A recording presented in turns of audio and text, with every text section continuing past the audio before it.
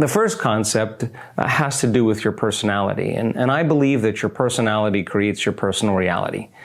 And your personality is made up of how you think, how you act, and how you feel. So the present personality called you, who's listening to this video, has created the present personal reality called your life. That means then, in order for you to change your life, to change your personal reality, you're going to have to change your personality. And that's going to require you to start thinking about what you've been thinking about and change it, to become aware of your unconscious behaviors and habits and modify them.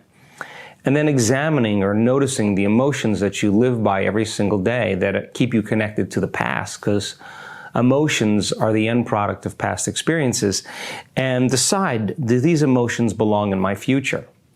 And I think most people in the process of change try to create a new personal reality as the same personality, and it doesn't work. We literally have to become somebody else. So the research shows that people think 60 to 70,000 thoughts in one day, and 90% of those thoughts are the same thoughts.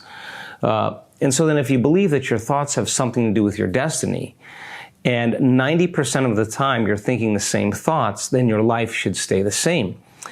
And the same thoughts lead to the same choices lead to the same behaviors create the same experiences, and the same experiences produce the very same emotions, and those same feelings and emotions influence our very same thoughts. Now here's the problem.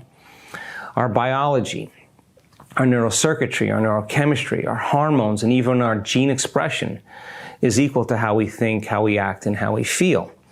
So the principle in neuroscience says that nerve cells that fire together wire together.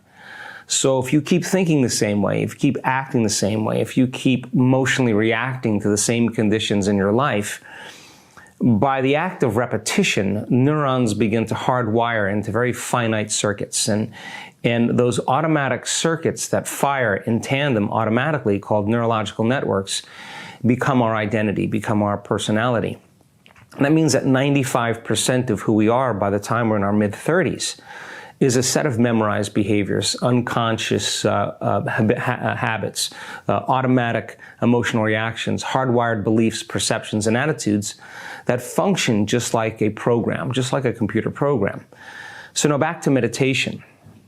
The word meditation means to become familiar with. That's exactly what this symbology means.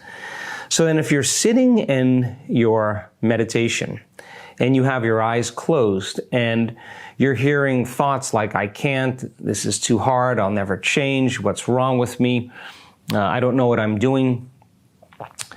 The ability to become conscious of those unconscious thoughts and become so familiar with those thoughts that you won't go unconscious in your waking day is a victory. And that is the first step to meditation, to know thyself.